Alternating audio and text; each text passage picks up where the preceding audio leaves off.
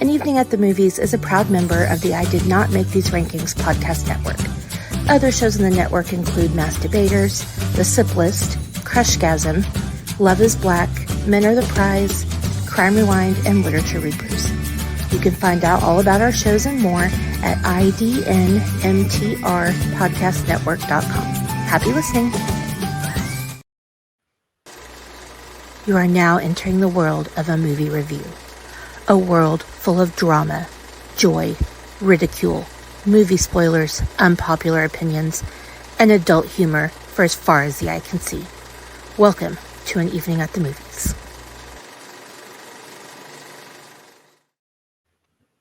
Hello, my what? Are you trying to steal my thunder? Take two. See, he says steal my thunder, and then I'm not supposed to make that fucking joke. We did. We already stole it. I was going to say, we kind of sort of addressed the thunder issue before the two of you joined in, so it is what it is. It was never the problem with the fans in Seattle. It was the shitty, dumbass ownership and the shitty, dumbass city. Literally, like... And Aubrey McClendon. Like, literally... Aubrey.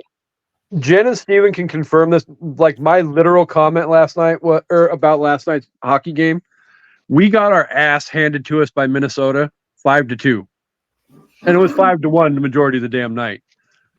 But it wasn't the fact that the fans were the fans were there celebrating, rooting on the damn team until the final buzzer. So it's not the fans. It literally was the ownership that cost us a goddamn basketball team. In my honest to God opinion, but with all that shitty lease. Well, I mean, Key Arena was not a great arena back then, anyway. Gallagher Wright was better when you, for fuck's sake. The redone Climate Pledge Arena now. I texted you guys the picture. It looks a hell of a lot better now than it ever did when the Sonics lived there. Wait, what's your arena's name? Climate Pledge Arena. What the fuck does that mean? I have no clue. It's the Pacific Northwest, and we're tree huggers up here. So all I heard was blah blah blah, fucking hippie. That's what I was going to say. Is we're tree huggers, so they're pledging change to the climate. That's not what they're doing to the trees. Yeah. Go figure. But with all of that said, 8 minutes later. Welcome, everybody, to a very special episode of An Evening at the Movies. I am your party planner host for the evening, who is joined by his, I suppose, better co-host. But we'll get to that in a minute because, as always, this is the podcast where we eat the stale popcorn, we drink the watered-down sodas, and we discuss all of our favorite movies and why we love them. And with all that said, now, welcome back, co-host. Glad that you are feeling better and not as much limping around as you were the last couple weeks. Yeah, I'm doing a little better. Yeah, I don't know. I'm still. It's hard to tell between the pain meds and the flu meds, and like I'm getting better, but I'm also still really like a little loopy. And anyway, I don't know. But you got pain med. Dizzy blonde. I'm here. I'm not dead, so happy to be here.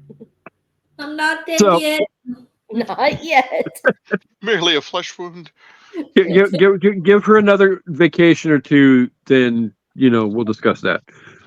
No, I take that back. I'm taking that back off the table because I jinx her when she goes on vacation. So no more vacations, no more jinxes. It's celebration time. So, as you could tell from all of the other background noise, we have a whole slew of people with us tonight on An Evening at the Movies. Well, no offense to the smart ass below me that likes to rag on stealing things from the Pacific Northwest, but we're going to introduce the guest of the hour first. So, because it is her episode. So, welcome back to An Evening at the Movies. Gene, how are you? I'm doing well. And yourself, sir? Oh, I mean, like we said in the early intro, my hockey team got their ass handed to them last night.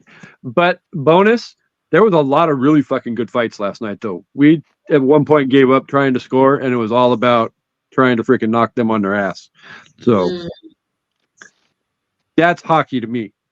Yeah. But before we get to the other member of Mount Sipmore at the bottom of the screen, though, would you like to introduce who is sitting behind you in the other side of your screen? Yeah, he's beside me. And we've got Squatch for the first time on An Evening at the Movies. Yay! What's I up? love her. What's up there, girl? Oh, you know, getting my ankle ready for you, baby. I just be sure to save your cast when to take it off. Give me something to smell. Okay. I figured it was going to be later in the episode before we got to the inappropriate gross stuff, but yeah, why not? Let's rip the Band-Aid off. That You don't know Steven very well, do never you? ceases.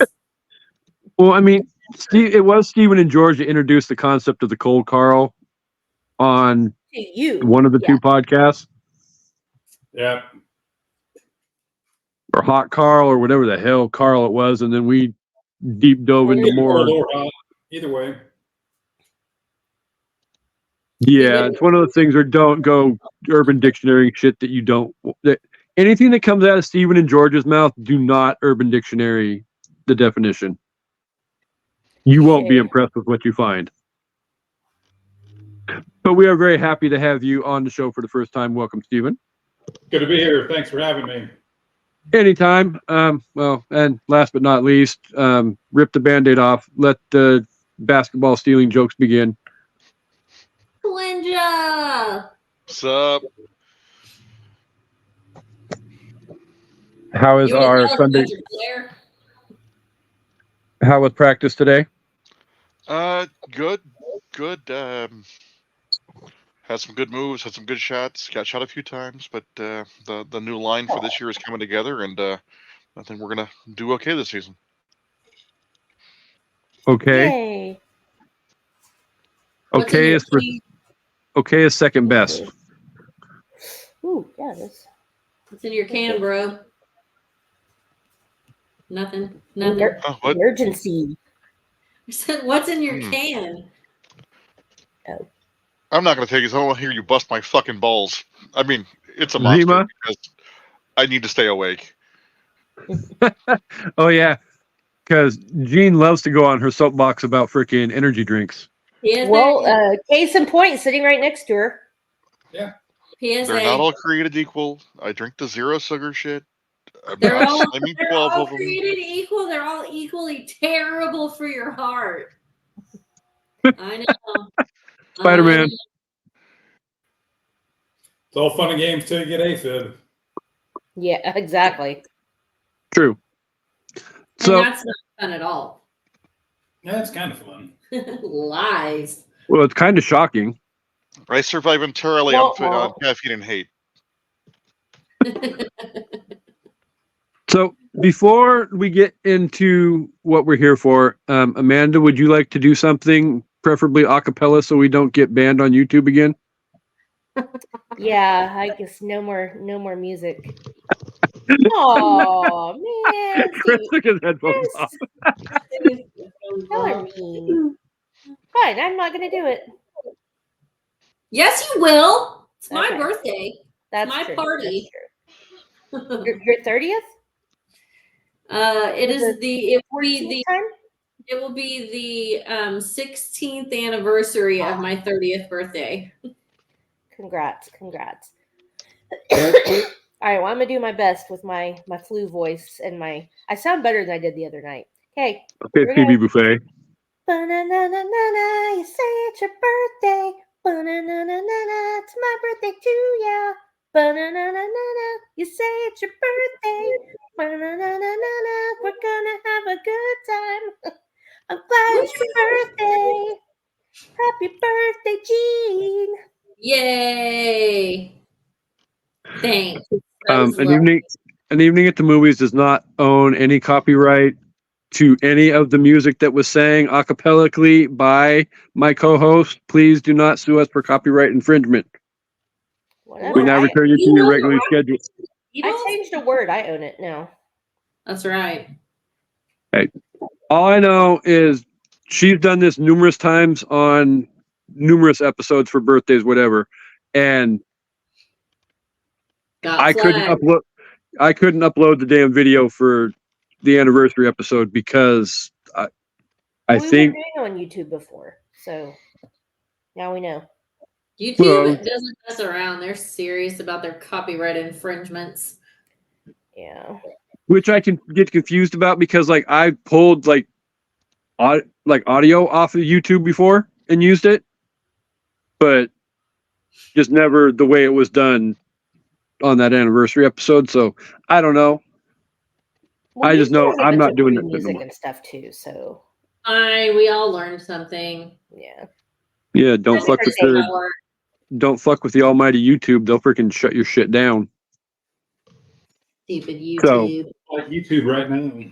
Right. Write a strong He'll do it. He's email. crazy. We'll send him a memo. So obviously, as you could tell from Amanda's award-winning singing, that is matched only by her idol Tay Tay, that we are here to celebrate the birthday of our Podmigo, our Mount Sipmore cohort, Mrs. Higgins herself. By the way, Mrs. Higgins, does that mean that you're officially related to this charismatic college student that I heard of named Carter Higgins? Yes, He came I straight am. from her vajayjay, bro. he did. I kind of sort of stole a freaking joke from the beginning of the freaking movie where the one chick asked Michael Bolton, "Are you related to blah blah?" No, it's just a coincidence. Yeah. Why should I change my name? He's the one that sucks. He's the one that sucks. No talent, ass clown. One of the Yeah. best phrases ever uttered in the English language. Yeah, that's a great one. We Yeah. know that Papa Palpatine loves Michael Bolton. Yeah, the Jack Sparrow song. Fucking That Jack hello. Sparrow song's incredible. The Jack Sparrow song is great. So birthdays, happy birthday, Gene. But we cannot have a Mount Sipmore episode of An Evening at the Movies, or the Sip List for that matter, without doing something that is long overdue. We're going to do birthday Sip Libs on An Evening at the Movies. Woo! All right. Amanda, would you like to take over the reins from here and explain what the birthday Sip Libs are and do the thing? Yeah. Who's she explaining it to? First time listeners, I guess. I don't know. Okay. In case you're a first time listener, on the Sip List, we have a segment called Sip Libs, which is just Mad Libs that we make insane. So that's what we're going to do here. And this one is called, in honor of my favorite song from the movie, this one is called A Gangster Story. A Gangsta Story. Nice. Damn, it feels good to be Damn, a it feels good to be a gangster. gangster. Yes. So we'll start with the birthday Bob, Gene, me an animal. An animal. Let's go with a liger. Liger. Steven, a noun.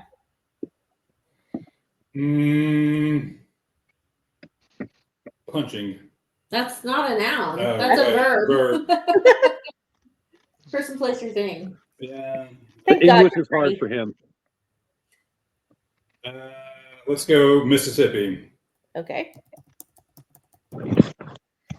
All right. Don't be afraid to say like penis or nipple or Anything Oil inappropriate. beads. anything Cold inappropriate. Carl. Nice. Yeah. Chris, a place. Vagina. Nice. See? Yeah. Inappropriate nouns. Casey, plural noun. No, that's a very appropriate noun. Yes. Oh, I'm so happy you made it work No. out so that I get the plural noun. That's so nice of you. Thank you so much, co-host. Roast beef Type it as curtains. we speak. Okay, the next one's an adjective, so I'm going to go ahead and put certifiably fuckable. And then for me, a body part. First adjective. What is it? Certifiably fuckable. It's the rule. A body part. I'm going to go with Broken ankle. I am going to go with broken ankle. Guma. Jen, a noun. Another noun. Let's go with cock ring. Nice. On your whorehouse. On my whorehouse. Okay, Steven, a noun. Another one. Yep. Nouns.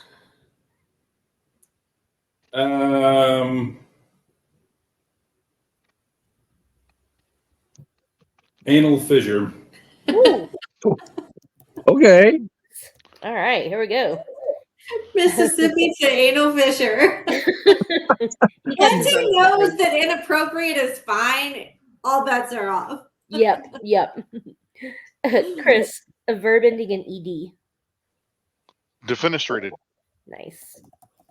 Duh. Kasey, an adjective. Cold. Okay. Oh fuck! I missed. Well, No, what? I'll leave that one for Chris. Okay. Thank you. Noun for me, I'm going to say TPS report. Jen, a verb ending in ed. Let's see. I mean, because nobody else has said it. Fucked is. Yeah. I was waiting for Chris to say that, but he didn't. So I went with tradition. Okay. I know. Ow. Last one, adverb, Steven. Ends in ly.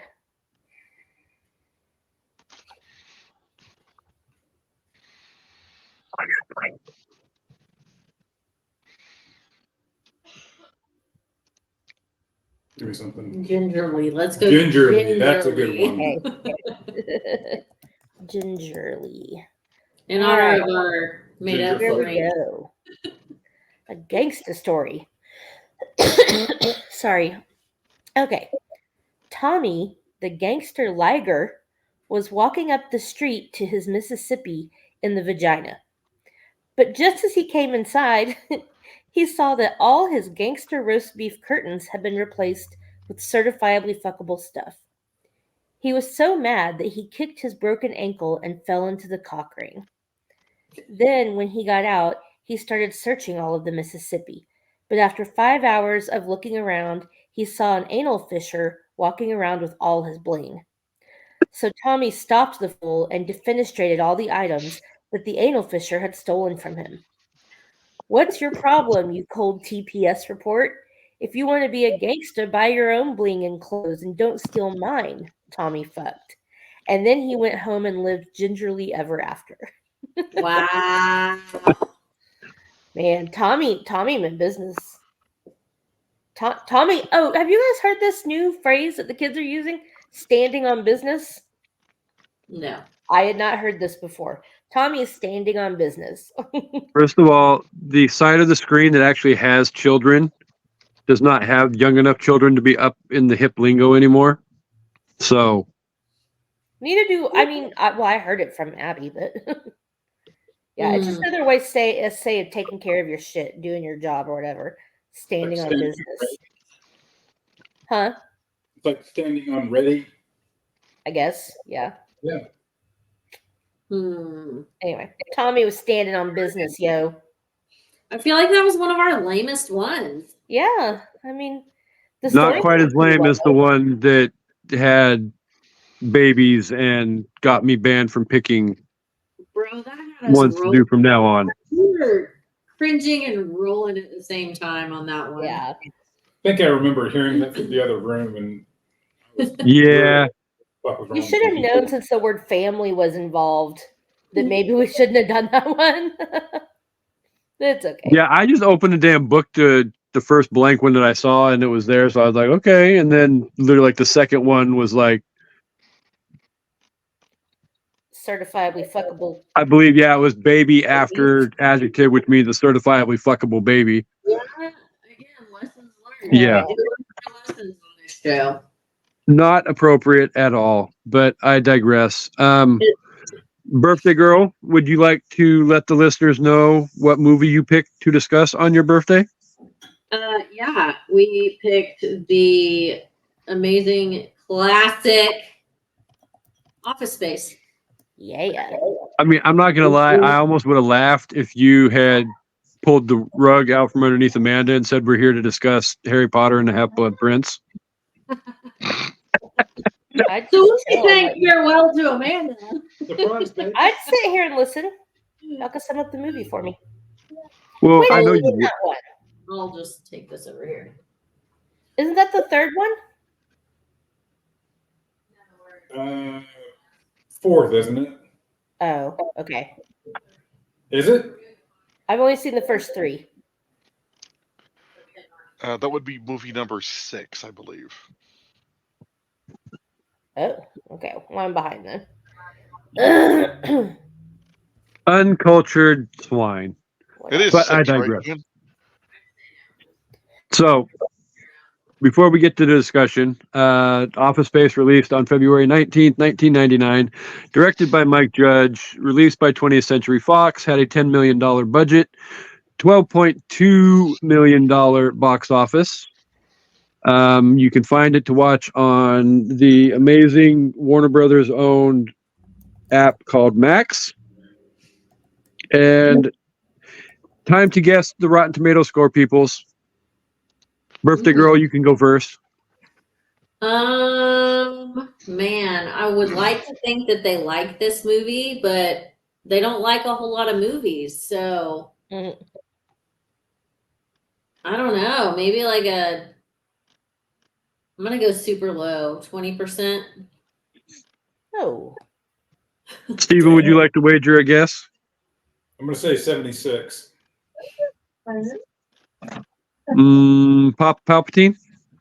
I'm kind of going with Jen there because they don't like a lot of movies and they definitely don't like Mike Judge in general. So I'm going to say 45. Well, I mean, at the end of the day, let's all remember what the first two movies that Mike Judge directed were: Office Space and Beavis and Butthead Do America. Both great movies. Both great. Hello. Great. I agree, 100%. And don't but forget the great book that came out in the companion with Beavis and Butthead called "This Book Sucks." very true. So, before you wager your guest co-host, what is the I Did Not Make These Rankings Podcast Network motto for Rotten Tomatoes? fuck Rotten Tomatoes. Exactly. Now, what do you wager your guess Okay, at? so I always forget. Are we going tomato meter or audience meter? Tomato. Okay. Tomato meter, I'm going to say 64%. So, I am comfortable in saying that one of the four of you was literally within 5% of the actual Rotten Tomato score. And we're going to 86, Amanda's guess, right off the board because it was probably the second closest, which means we have the winner and the two way, way horribly bad misses. Papa Palpatine, yours was way off base. Jeans, yours was way off base. Steven wins the prize with 76% because the official critic meter was 81%. Oh, wow. Wow. So the audience meter has to be in the 90s. Them. Well, okay, I've done episodes where like the critics actually had a lot higher score than the audience did. Not naming any names, the program. But we're not going back down that road. Yeah. Because that was 90% talking about other shit and 10% talking about the program. Yeah. But was still one of the highest ranked episodes from last year. So go figure. Nice. So, co-host, would you like to wager a guess as to explaining the plot to the listeners? Yeah. Wait, where I win? What? A high five. Yep. You get Gene, birthday make sure you sex. deliver that high five for me. You get birthday girl sex. High five. High five in the ball tap. Ball tap and Amanda's rotten cast. Yes. I'll spray perfume in it if you want, or I'll, waft my lady fumes into it. Yeah. Yeah, spray perfume. That way your foot smells like dead hobo in a fruit basket. Wow. Crevice. Oh, that's great. Okay. All right, co-host, the floor is yours. Damn it. Sorry about the street noise. All right. Oh, we're It's used to been 3 years. We're accustomed to it. right. Well, I'm in my bedroom and it's a lot louder here. Okay. Not Tell, no. tell George to No. stay quiet then. Yeah. This is the loud room. Okay. Corporate drone Peter Gibbons hates his soul-killing job at software company Initech. While undergoing hypnotherapy, Peter is left in a blissful state when his therapist dies in the middle of their session. He refuses to work overtime, plays games at his desk, and charms 2 consultants into putting him into the management fast track. When Peter's friends learn they're about to be downsized, they hatch a revenge plot against the company, inspired by Superman 3. I love that they pulled the Superman 3 thing. That's so great. You know, it's like Superman 3. Yeah. That was Richard Pryor, right? Yes. Yep. That was the one before he tried to rid the world of all nuclear weapons. Otherwise known as the half of the Superman Christopher Reeve world that people want to forget about. But all right. So first discussion question. Are we ready? Yep. And we're going to start with the Higgins portion of the screen. Gene, if you won $1 million, what would you do with it? I mean, obviously, I would do 2 chicks at the same time. Besides 2 chicks at the same time. I would save it, put it in a savings account, Oh my and god. invest it. Like, So boring. we would invest for sure. Well, actually, I say that we would pay off all of our our house and our car. Dogecoin. Dogecoin. Well, I mean, you're supposed to answer it for with the inspired. It's supposed to be like the, you know, I don't have. What would you do if money wasn't an option thing or whatever? Have we done the math to determine the difference of $1 million right now versus 1999? Because I guarantee you that delta is a fucking big one. Yeah. Oh, absolutely. All right, let's see. So I mean, that would be like in 1999. What would you do if you had $200,000? Right. Kind of a different question. in 1999, if I had $200,000, woo, one wild house party. To this, $1 million from 1999 is equivalent to 1.851 million today. Oh, I got 1.871. So it's almost 2 mil. Yeah, basically. That's Either way, it's a lot of freaking money. So I'm sticking with my 2 chicks at the same time. All right. So can I be one? No, What? no. I said, can I be one of them? Oh, yeah. Yeah, go for it. Okay. Stephen might enjoy that. I can't pay you for that. Apparently, I can't pay you for that because you give it away for free. So, Yeah, no, either way, she's going to foot the bill. What? I said either way, you're going to foot the bill. Womp womp. Womp womp. I'll use the money to improve my skills. How about you improve your balance instead? Okay. So, are you riding or dying with your wife there, Stephen, or are you using your $1 million to buy more pairs of flip-flops? A lot of flip-flops. Yeah, so I buy the Old Navy flip-flops and I order them like 10 at a time, and it's only like $30 for all of it. So that's a lot of flip-flops. It's a shit ton of flip-flops. A whole lot. Yeah, really, $1 million, not a whole lot of money. And is this $1 million net or $1 million that's getting taxed? You're getting a little too. Yeah, you're overthinking. Wow. Jeez. Because if it's taxed, that's only 500,000. This is $1 million non-tax. $1 million non-tax. Plus the IRS. Probably paying off all the bills, buying a new truck, taking the family on a really nice vacation, and then whatever's left is going into retirement. Whatever's left is going into my other 2 chicks at the same time. Yeah. Because we're bougie. So in other words, whatever's left being like 75 cents. Right. Exactly. Yeah. Sounds good to me. Palpatine, your $1 million? I'm buying a Ferrari and hopefully getting that to using that to get 2 girls to double up on me. Does your other half know about this? The Ferrari? I should hope so. It's going to be on the fucking driveway. You're going to leave a Ferrari in your driveway? I'm going to say, I live in you're right. one of the sketchiest parts of the freaking country. I know good and hell well if I bought a Ferrari, it ain't staying in the driveway. Okay, fine. I will get a house with a garage. And Thank you. definitely hope that the Ferrari will help me pull 2 chicks at the same time. Kind of chicks that would double up on a guy like you, anyway.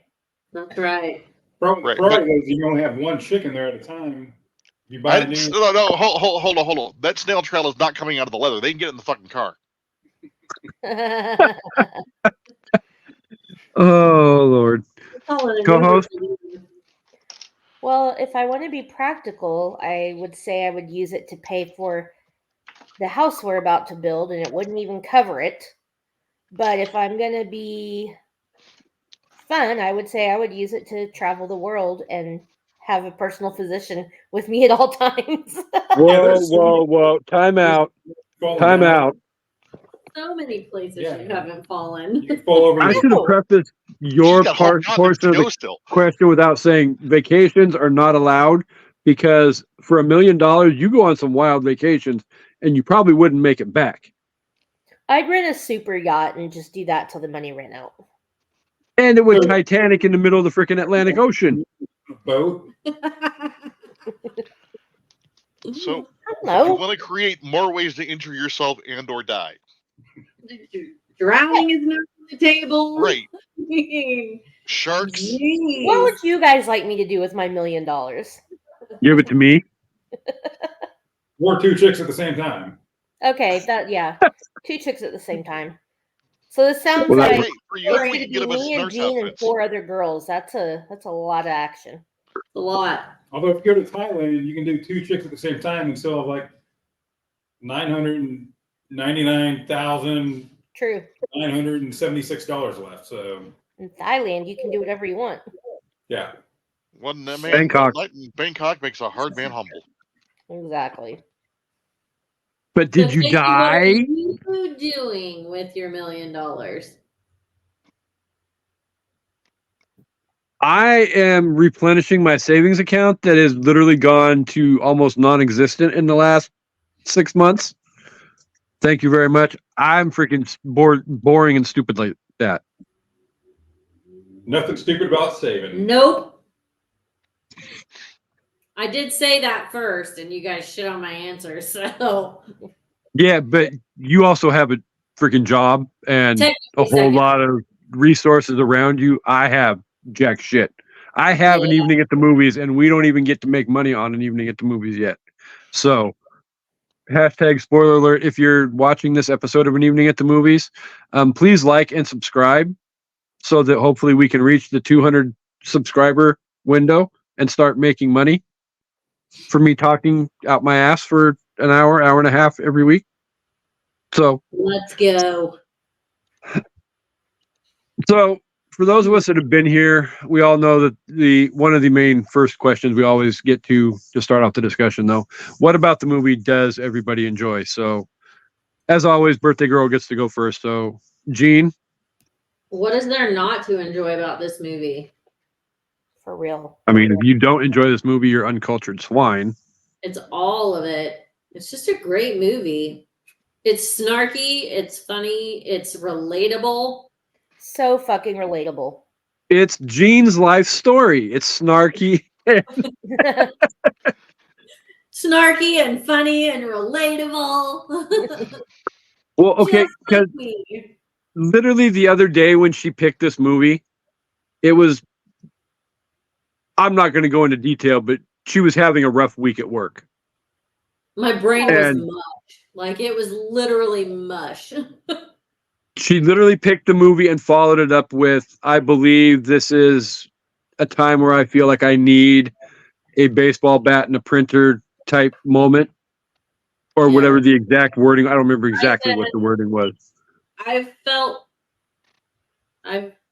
very strongly like wrecking a printer or something like that. But yeah, it's somewhere along the same line. But you get the whole point. I Yeah. got to do it to a credit card machine once at my last job. We got a new Nice. terminal and you're supposed to destroy it. And I was like, I'm going to office space this bitch. And I got a hammer and just beat the fuck out of it. It was great. Yeah.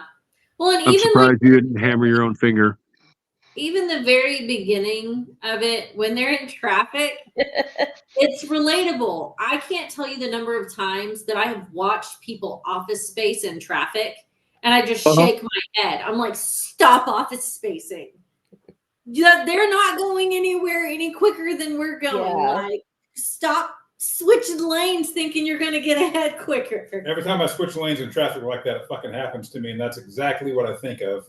Yep. I'm just waiting to look over and see the old guy passing. Just walking. It was his walker on the side. No, it literally happened to us last night. We got into Seattle and we're traveling up I-5, and my amazing sister-in-law decided she was going to get over into the next lane because it was going a little bit faster than the one we were in, and 5 seconds later it stops and the other lane starts moving, and it's like, oh god, we're gonna office space this shit all the way to frickin' the arena. Yep. And we did until we got to downtown. So good times were had by all. Relatable. Very much so. Thank God you got the climate change arena safely. Yes. We got there safely, but evidently the rest of the team didn't. Hashtag 5-2. But I digress. Pop Palpatine, did you have anything to add to the long list of greatness of this movie? So I think the comedy in this movie comes from two places. It comes from Not 1, 2. Yeah, it comes from the conversations you have about the movie afterwards. It's sort of like Napoleon Dynamite in that way that it's not all that directly funny, but the conversations you have about the movie afterwards and the quoting of the movie afterwards is kind of funnier at times. And just like, yeah, it's so fucking relatable. I'm pretty sure I had Lundberg as a boss at one point. Haven't we I all? think everybody has at some point, yeah. My last boss. Just saying. I hope to, well, no, wait, I don't care if he actually freaking listens to the damn show because I don't work for him. He doesn't control me anymore. So, Yeah, fight the power. He probably Damn knows man. he's Lundberg anyway. true. So, And if you put the manager at the restaurant, I swear to God, I worked for that motherfucker at McDonald's.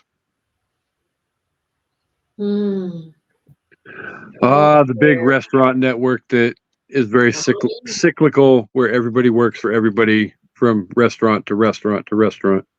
We have another Higgins. Hey, Carter. So, Does he want to sing and dance for his supper tonight? He Because does not have that's what he does all the time anyway. There's some music on, he'll dance. No music. We're not. No, yeah, I forget. Drop a beat. Diane. Yeah, just see his dog. That's my dog. Oh, Not to come Diane. wish his mom happy birthday a week early. Her We're doing my vicious birthday smile. episode. Okay. Happy birthday. He doesn't even know when it is, so we had this whole conversation yesterday. Neither of the kids knew how old she was going to be. March 3rd. She's They didn't know what year I was born. born in 19. They're like, you were born in 76. 1974, right? We just had a I'm like, fucking conversation.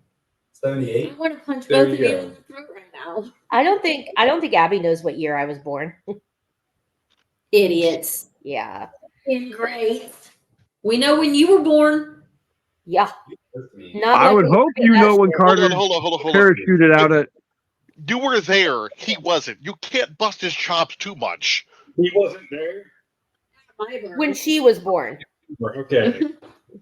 Oh, Like you I were was not there gonna when say, Carter was born, so you remember the fucking occasion. Carter wasn't there when He Jen just was born. said, "How many ginger fuckers have you had?" Nice. There has been no ginger fucking in this house that I'm aware of. I want Today. one. I should have took a gummy. That's amazing. Okay, Kasey, is it to me now? yes, Okay. I kind of relatable and snarky and all of that. Yes, we get that. when I was in college, I had a summer job working at in MidFirst Bank's legal department, and so I was like the admin assistant to the head guy, the head lawyer. But there was like 6 other lawyers there, and they all got to use me at their discretion. So I had like 7 bosses. And the first time I watched Office Space, I was like, oh my God, this is so relatable.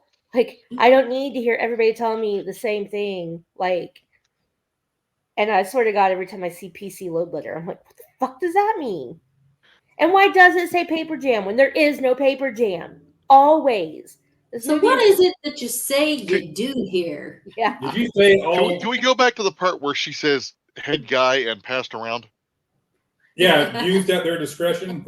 Yeah. What does that mean? My administrative skills. Thank you very much. Yeah, someone's PC That what we're load calling getting- Yeah, Someone's PC load letter got jammed. yeah. I mean, at the end of the Better day, call I'm late pretty than never. sure all 5 of us grew up on Beavis and Butthead. So, Yep.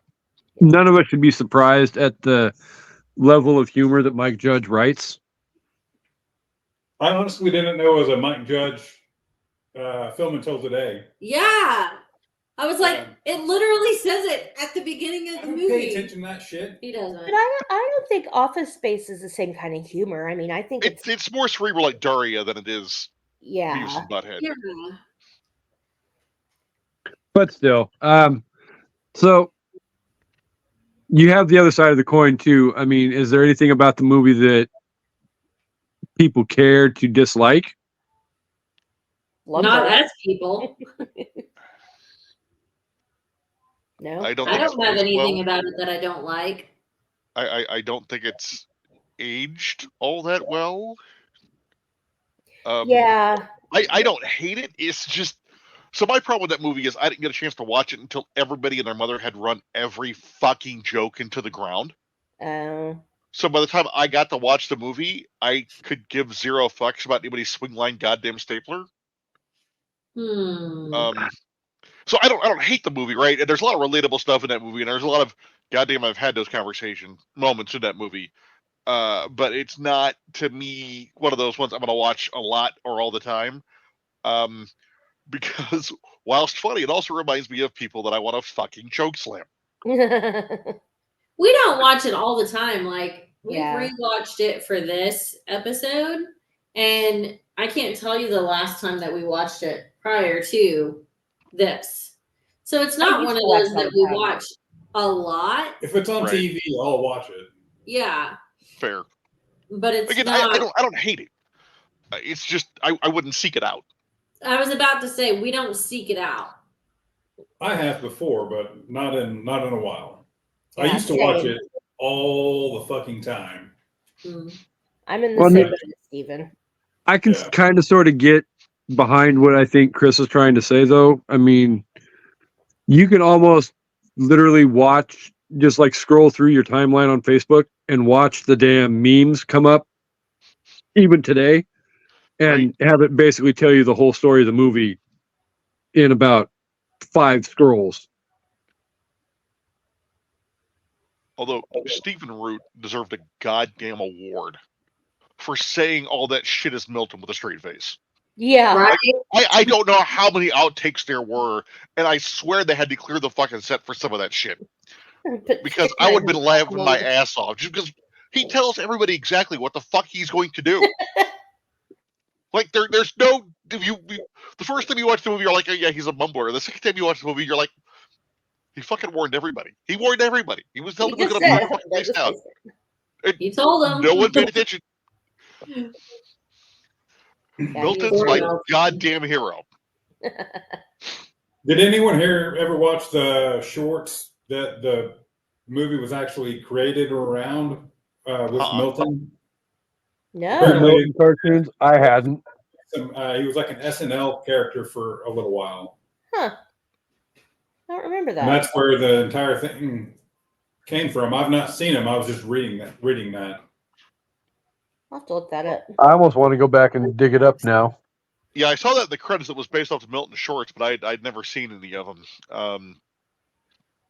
And I get the feeling they're a lot like there's a couple of old websites out there going off on stupid people in corporate entities. One of them's called the Chronicles of George, which is just a help desk guy twisting off about an idiot who keeps submitting help desk tickets, and they're legit.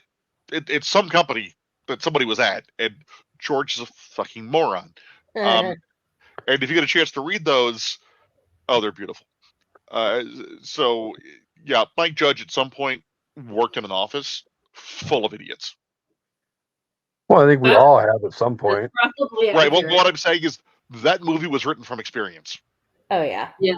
I think everyone here has worked in an office full of fucking idiots, though, and that's why the movie is so great. Is just because everybody can relate to these just pieces of shit in this movie. Yeah. That you, like Chris said, you want to choke slam.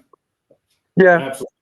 And then when it comes time for layoffs, they're the ones that get to keep their jobs, even though it's everybody else that does everything, and somehow they're the ones that get to stay. Like, well, are they going to do all of the stuff I was doing? Right. Right. He has 8 bosses, and all 8 of them fuckers kept their jobs. Right. Except for Lumber. Been there. Went through that all back in August. Yeah. Like literally, I for 15 years sacrificed every part of my life for my damn job, and then when it came time for layoffs, it's like, let's get rid of Kasey and leave all the stupid people that don't know what the hell they're doing, who Kasey had to clean up all their damn messes. But that's because you were more expensive than they were. That was what I was about to say. They were cheaper. No, by 50 cents an hour, literally, that's what the differential in pay was. Yeah, that's like that adds up over multiple people. You're just it adds up so it can all go in Uncle Sam's pocket. And I think that's also very true. It speaks to like how corporations are run. Is there's actually people out there that are at jobs like that do probably 15 minutes of actual real work in a week. And, a lot of these corporations could cut 80% of their staff and still function. And I think COVID kind of showed that.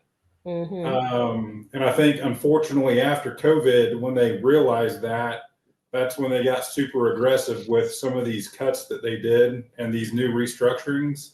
Yeah. So, it was kind of a shitty situation. Yeah. Unfortunately, for a lot of people. Double-edged sword. Yeah. Well, I mean, You got laid off during COVID. most of y'all got to work from home during COVID. I didn't get to work from home during COVID. I did for a few weeks and had to go back. I did, and then I got laid off. So yeah. You got laid off. I mean, yeah, and then you fucking quit. So hashtag fuck Dr. Kim. The preceding message was bought and paid for by the We Hate Dr. Kim Alliance on An Evening at the Movies. Yeah, I still worked there for a year after COVID, though. So, but yeah. Yeah, but you were not happy about it. I was not. And, I can attest 2 other people on this show will agree with the fact that you were not happy in that last year that you worked for Dr. Kim. Yeah. Well, COVID was eye-opening for a lot of reasons, like what Steven said. But for me, it was I don't get paid enough to put up with this shit. Like, yeah, almost getting attacked at my place of work for asking someone to wear a mask. Like, I don't get paid enough to put up with that. And when your boss doesn't have your back on that, when they set the rule and you're the enforcer, and then they don't have your back, it's like, I'm not paid enough for this shit. Like I could get Dr. Kim. working at McDonald's and have zero responsibility. So Better get my fucking order right though. Right. PC love letter. right up. Yeah. No, it's a Uh, burger. If you mess up my freaking Big Mac, I'm coming through that window. He'll do Two it. all Crazy. beef patty. I get that whole Big Mac jingle though is kind of a fun. 2 all beef, really. Anything at McDonald's is all beef. Are you kidding me? Hold on. It's all beef. You just don't want to know what part of the cow it comes from. Well, that's fair. Anus is considered beef. Hooves are considered beef if they come from a cow. All it has to do is have cow DNA. That's right. It doesn't say you prime choice cut beef patties. Yeah. It just says Lips and assholes. The ears, the hair, it's all included. Yeah. It's like Subway when they did the genetic testing of the tuna fish and it actually contained 0 DNA markers for tuna. Yeah. Ooh. Yeah. Who eats tuna from Subway? That's what I'm I used saying. I used to get the seafood salad sandwich. How many times did you get food poisoning Yeah. from Subway? Yeah, it wasn't the energy drink that almost killed you, bro. Yikes. To be fair, it was a time in my life where I had really explosive diarrhea on a regular basis, so it's hard to really pin it on one thing. I'm sure that didn't help. So, rule of wrist for you here: if you can't see the ocean, order the steak. See? Yeah. I don't like seafood here because it's not fresh. Don't tell me it's fresh seafood. I was gonna say, I think we had this discussion when I was there about how you all have freaking fresh seafood in Oklahoma. When from Lake Thunderbird. So we went to Boulevard. Anything from Dirty Bird's gonna fucking go in the dark. Not eating that. We went to Boulevard a couple weeks ago for dinner with some of Steven's friends. Boulevard is so good. The lady was telling us their specials, and she was talking about the oysters, and Steven was like, "So they're from Thunderbird, right?" And she laughed. She was just like, "I mean, those are pretty fresh." Kept talking about the fresh seafood from Lake Thunderbird. Ugh, exactly. I mean, Dirty Bird. The only fresh oysters you're going to get in Oklahoma are from the Rocky Mountains. Yes. In Stillwater. Yep. Calf fry. Woo. Get you some calf fries. Yeah, buddy. Yuck. No. Mm. Anyway. Rein us back in, Kasey. Yeah, back Well, to I'm having fun talking about freaking all the crappy ass freaking fresh food in Oklahoma. I'm not gonna lie though, the Mexican food we had that first night was actually a lot better than anything you can get here. Wow, and that wasn't even the best. It was far No, from the it best. wasn't. That was Alfredo's, wasn't it? Yeah. Alfredo's is good. It is good, but we should have done Tarahumara's. Ooh. Yeah. Or is there a San Marcos in Norman? I don't believe so. Well, it doesn't matter now because y'all aren't San there, Marcos is but good. San Marcos is great. I'm not gonna lie. I miss the old house, even though they had a fucking desire to build a turnpike in your backyard. We drove by there yesterday, and they're actually putting on the other side of the neighborhood, they're putting like Section 8 housing. So we got out at a good time. Wait, on Bob's side or on the other side of Indian Hills? No, so like Bob is here, and Yeah. so Turnpike was going here. Yeah. On the other side of that field, and then there's a field on the other side of the back of the neighborhood. So the backyard of the people across the street from us. Oh. Back behind there, Gotcha. they're putting. Although to be PC, I don't think we can call it Section 8 anymore. I think it's just referred to as affordable housing. Affordable housing, whatever. I mean, First of all, fuck PC, and second of all, I so thought you were going to say we drove by there the other day and found out that they decided they're not going to put in a turnpike because that was like the main reason why you wanted to move the fuck out. Originally, Oh no, they're going forward with a stupid fucking turnpike. yeah, it got shot down though, and they ruled against it, and then it was appealed, and then the appeal went through. But for a little while, it looked like it was not going to happen. So But the Sixers will honestly, just I mean, move. yeah, going back to Norman yesterday, driving around, I don't miss anything in Norman. No. I mean, we knew some cool people down there. You know, I miss seeing them every now and then, but Well, we know you other don't, than Jen. that, yeah. Norman is the worst laid out city I have ever been in. It's I know terrible. Jen doesn't. 'cause Seattle, she's Washington. not a Red fan. That wasn't ever a problem for me. I mean, we lived there for 15 years. Yeah, y'all done. and you know, that wasn't ever a problem. It's just game day trying to get around anywhere, and Right. Norman We is just so never fucking we cluttered. never did go anywhere. If we were going on game day, it was after the game started. Yeah. And we would go do the grocery shopping or whatever, and then we were home before the end of the game. So like you learn when you live there when to go out and when to not go out on game days. But once we moved, it did not affect us at all. So Norman has a lot of pretty old houses, though. But anyway, yeah, it's fine. We love it up here. You definitely seem a lot more at peace up there. Yeah, we are. I mean, we've got, you know, projects that we have, hence the ladder. yeah, I was gonna say home is where Steven's bone saw is. Yeah. Home is where Steven does remodeling in his flip flops. Yes. While Carter dances around while he does it.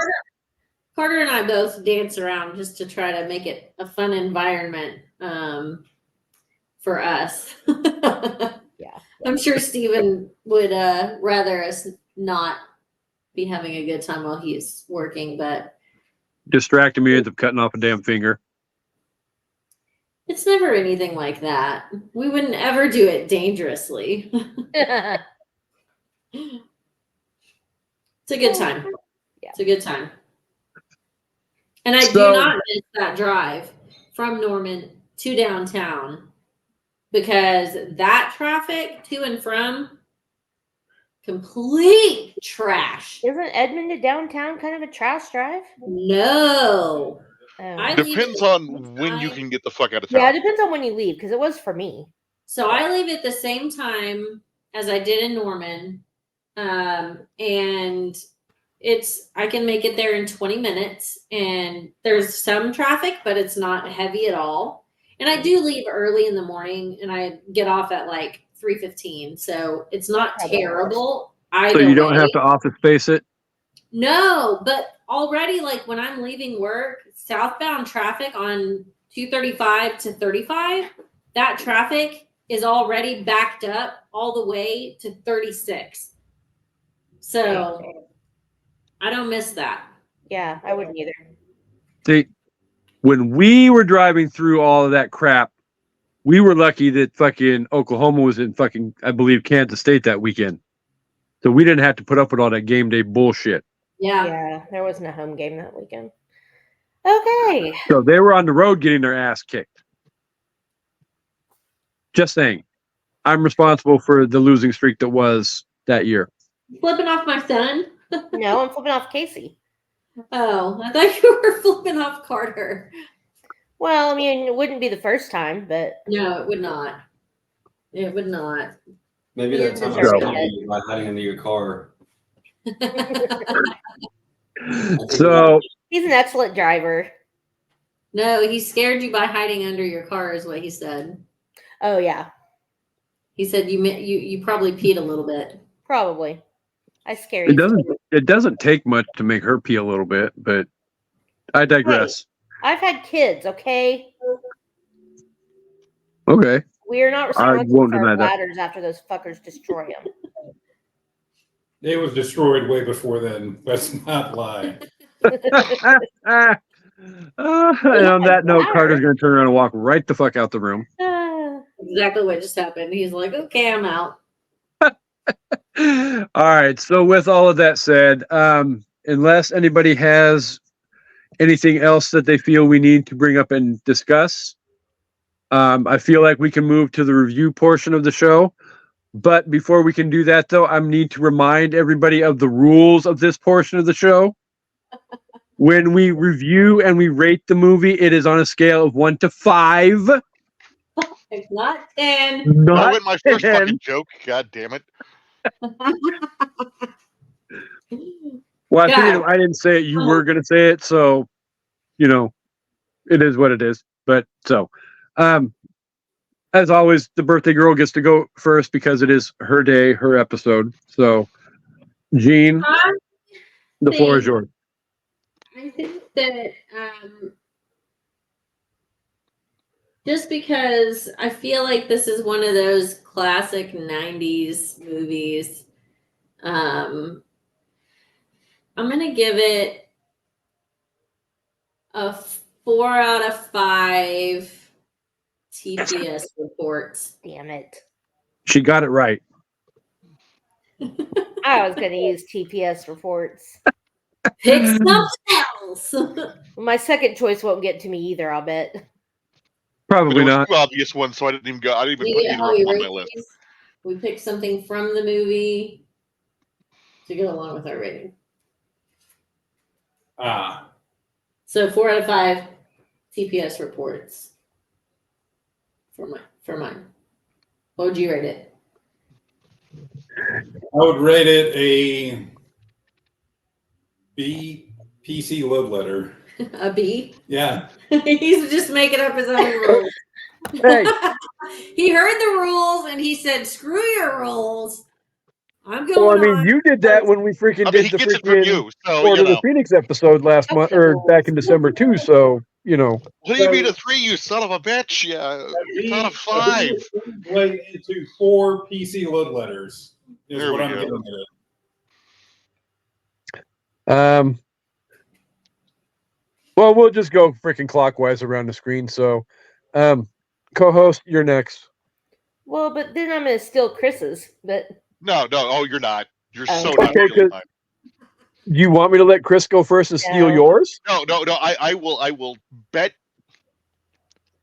any amount of money that Amanda is not taking mine. Okay. Yeah, I feel like we didn't really talk about the movie very much. There's so many. It's so quotable. I love how dorky Jennifer Aniston's character is. I love how cute they are together. And yeah, Michael Bolton. Why should I have to change He gets my name? around. He's the one that sucks. Or my O face. Oh. This movie is so fucking quotable. And Chris is right. It probably did get overquoted. But I mean, I think it's because it was so relatable. I can't tell you how many times a day at work I said PC load letter. What the fuck does that mean? And I still say it every time I see PC load letter. So, I think for me, I'm gonna score. I'm a little out of it right now. On nostalgia, like Steven said, I used to watch it over and over and over. In the past 10 years, I've probably seen it a small handful of times. I don't know. For me, it's 5 out of 37 pieces of flair. Nice. I like it. Right there, co-host. Oh, you stole Kasey. If you want the minimum to be 37 pieces of flair, then just make the minimum 37 pieces of flair. So apparently TGI Fridays phased out flair as a result of that movie. That's funny. Yeah.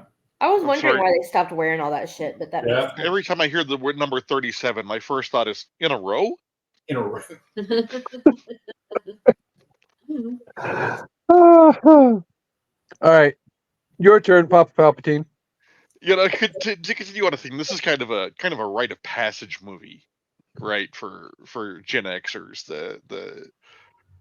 because we've all had that boss, whether it's in a restaurant or in an office or both.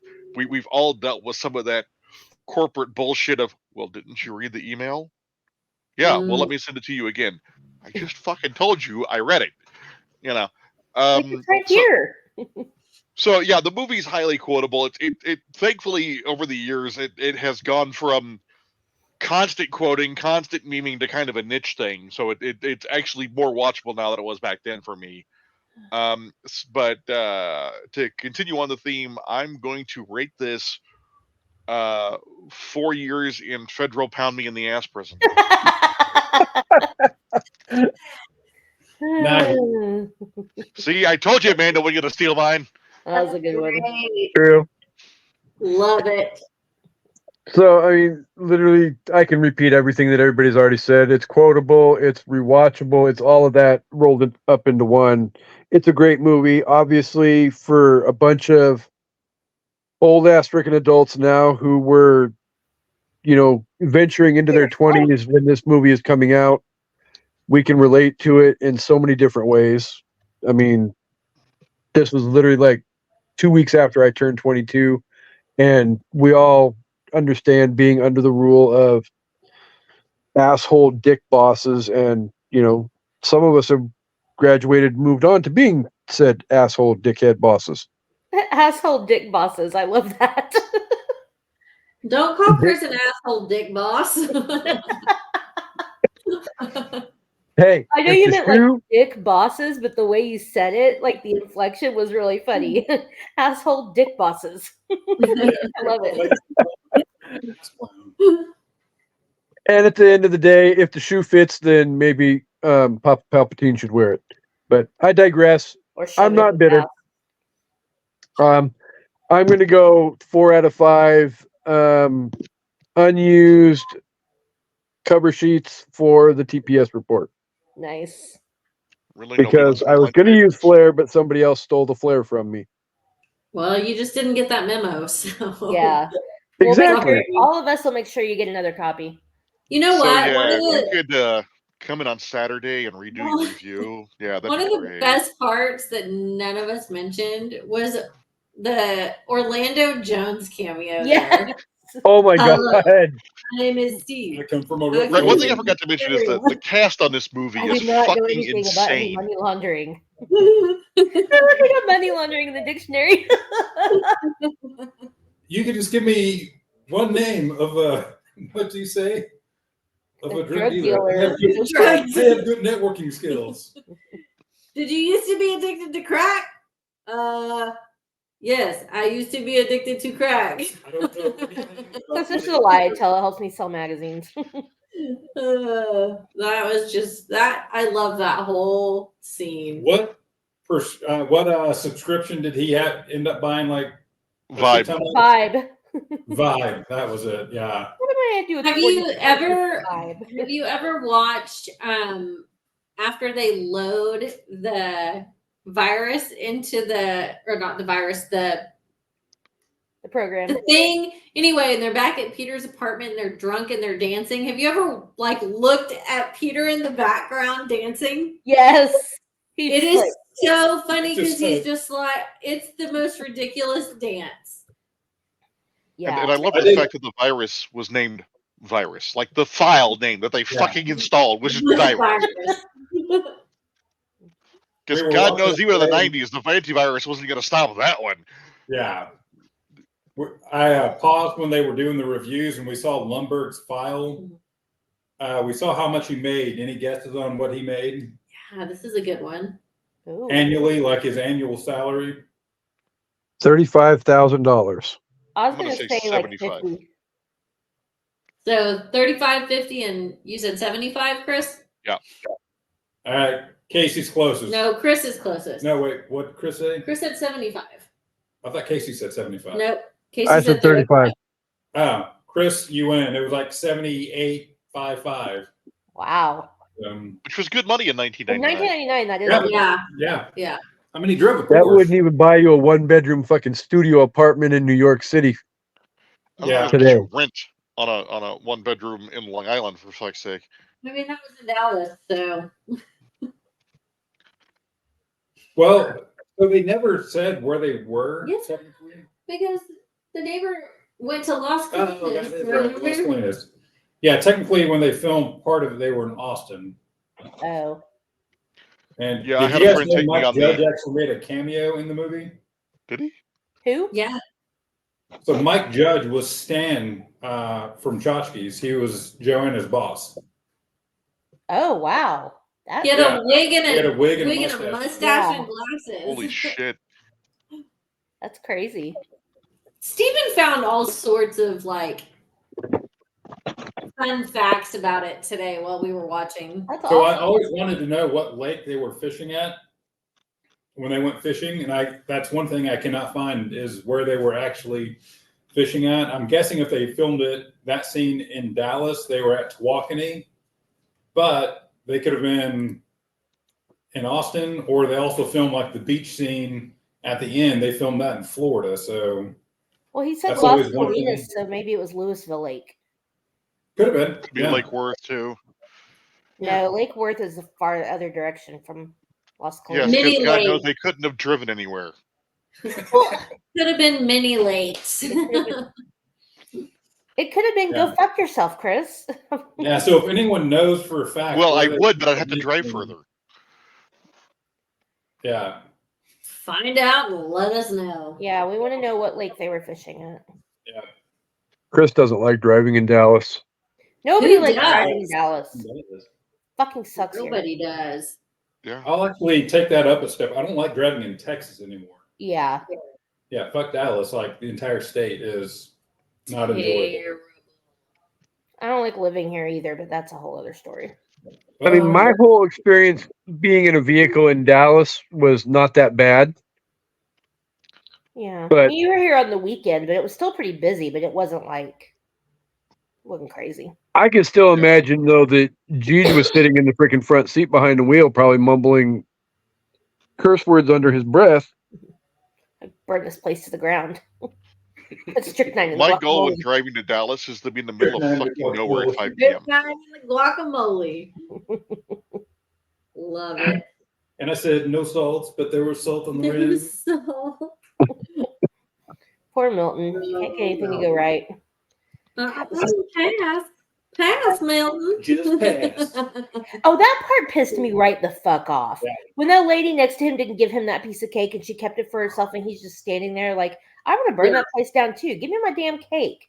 Yeah. So For rude. sure. Poor Milton.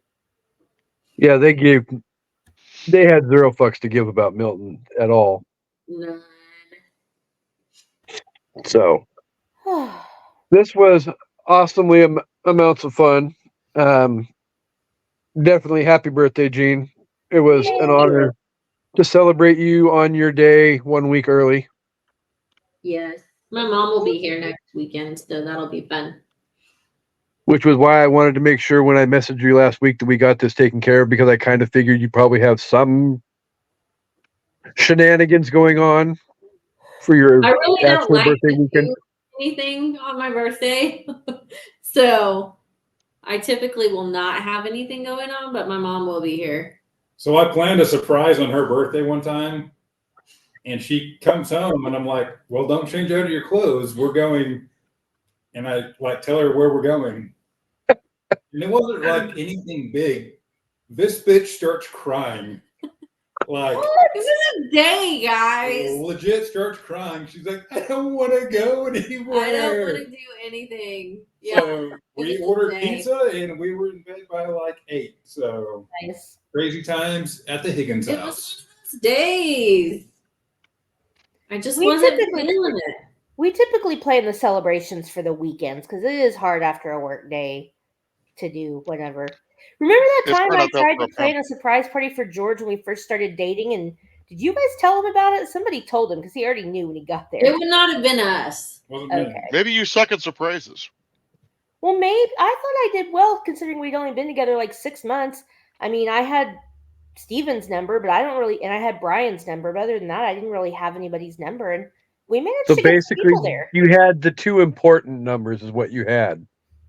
So they helped get anyway. That picture of the four of us is so great. We're such babies. We are. It's been a long time. Yep. 18 years in May since we started dating. Jesus Yeah, Christ. we're on what, 23 Mhm. dating? So dating 18 since you started dating 18 years, but like 5 years since you got married. No, we've been married for 10. But close, yeah. Well, I mean, it wasn't very long after I met you before you were already outing the fact that, yeah, He took 7 years. it took George fucking forever to freaking get down on a damn knee. Oh, he didn't even do that, but it's okay. It's still cool. It just takes you a while to get down that far. I mean, he's like I was 9 going to foot say tall. that's a long way for them. Right. I mean, he had to get on And her he's level. still, once he gets down on a knee, he's still freaking 8 feet taller than Amanda. So Right. I love you, co-host. Mean it. I mean, he was probably a little gun shy, so I can understand that. Right. 7 And then when he years, finally though, I got down on one knee, understand. she probably fell and hurt herself, so they had to take her to the fucking hospital. Yeah. I understand, but it's not my Mic fault. drops. Somebody else screwed him over. Yeah. That was rough. Yeah, Those were tough times. so I've heard. Those were tough times. The important thing is, you guys said I was prettier than her. So I never said that. to say that, maybe not anymore, but I know I am. So that's all that matters. First time I saw her picture, I was like, okay, at least I'm hotter. She has big boobs. Oh, I'm hotter. wow. Stop. What? This is so much fun. As always, though, we can't wrap up the episode without thanking the listeners for being here each and every week and helping us celebrate the awesomeness that is Jennifer Higgins. Yay! Because she is the straw that stirs the drink. Yeah, she's the straw of the ginger fucker. Pretty much. Ginger fucker. He's the straw in the ginger fucker. I'll say he is the ginger He's fucker. the straw and the ginger fucker. I don't like the comparisons being made to this switched sideways really quick. You are not a straw, Steven. More like a crazy straw. We say like the cucumber or something a little bit better. You're the piece of celery in her Bloody Mary. Oh, Oh, I didn't mean it like that. oh, come on. That's not what I meant. I'm sorry. I was thinking about the celery in the drink, not that. Wow. Okay. Nasty. That's not what I meant, but yeah. Wrong with you? And there we go with the turn again. That took a turn. That Yeah. We're going to veer back to being on the turnpike. And Chris, would you like to let any potential new listeners know about the wonderment that is One Step Paintball? Absolutely. As we forgot to mention earlier, I'm the host of the One Step Paintball podcast, where we talk about the culture, the history, and the sport of paintball itself. I just dropped a new episode with Andy Potter of Die Precision, talking about how to contact and work with a sponsor. I've got an episode coming up soon with the Mole King himself, Randall Barnes, talking about paintball culture, and then I've got another one planned down the pipeline with Coach Ryan Gray of AC Diesel and his wonderful wife Christy. That's going to be a 4-person episode. Cassandra, my wife's going to be joining us, and we're going to be talking about how to not ruin your relationship by doing all this stupid paintball shit. Ooh, good one. Well, I mean, technically, you guys did have your 10-year anniversary while I was there. So the fact that, you know, you reached 10 years while you are doing your paintball, you know, fetish says a lot. So she would be the person to ask about how to do over that. 20 with his wife, and he's had a way more hectic schedule than I have, paintball wise. So that's why he's going to rejoin us, and he and Christy are going to talk with us about how to make sure that the sport does not ruin your relationship. Nice. Good call. So, I figured I would let you finish your rant before I chimed in with the obvious how to obtain and work with a sponsor. I believe step 1 is admitting that you have a problem. No, a sponsor, not a sponsor. Yeah. Sponsor. Not a sponsor. Right. Whatever. We'll clear that up. Minors, not minors. Is there anything coming up on the SIP list, or are we just, it's whatever? You'll find it on social media. Yeah, I mean, right. I've been down, with the vacation and then this. I still have. You went down. Well, it's a vacation first day tradition. And she's not healed.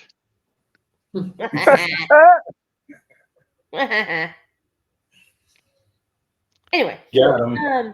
there are a couple of episodes waiting to be released. I think this week we will have our top 5 favorite Grammy performances ever. That was supposed to come out before I went on vacation, but I didn't get time. So Kasey's on that. I was on that one.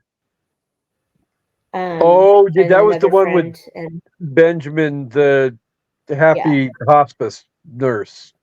Yeah. Spoiler alert. Yeah. They all die in the end. Ben and Kasey had fun talking about the Grammys. Poor Ben did not understand the assignment and thought he had to pick them all from this year's Grammys. So that was kind of fun. But anyway. And then but did he rank one of the number 8? Wah, wah. I believe that actually came up in that episode too, by the way. The one performance, I think it was one that they performed. Somebody brought up a Metallica performance. It wasn't me, but anyway. Yeah, because that led to me bringing up the fact that you ranked one as number 8. Get over it.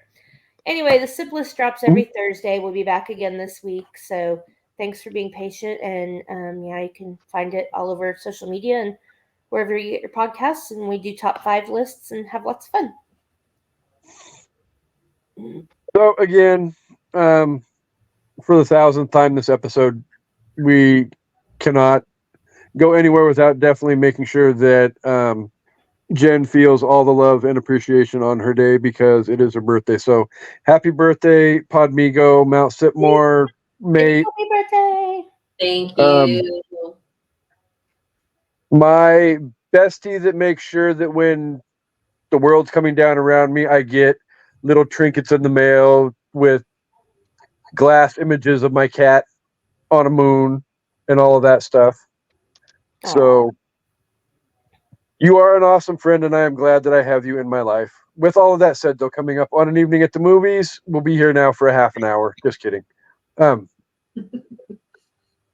We are venturing into movies that everybody should see once in their lifetime. We have a whole bunch of stuff planned for the next 2 months for that.